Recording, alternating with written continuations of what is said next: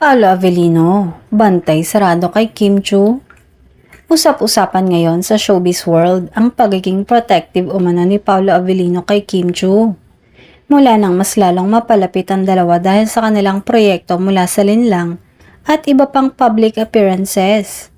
Marami ang napapansin na tila bantay sarado ang pagtrato ni Paolo kay Kim na ikinatuwa ng maraming fans.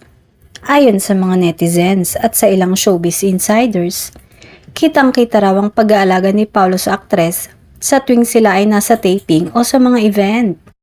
Mula sa simpleng pag-alalay sa hagdan, pagbibigay ng jacket tuwing malamig, hanggang sa pagtitiyak na komportable si Kim sa paligid. Tila hindi makalagpas ang mata ni Paolo sa bawat kilos ni Kim. Sa isang panayam, diretsahang tinanong si Paolo tungkol sa pagiging maalaga niya kay Kim. Ngumiti lamang ang aktor at sinabing, "Syempre, natural lang na gusto mong masigurong okay siya. She deserves to be treated with respect and care."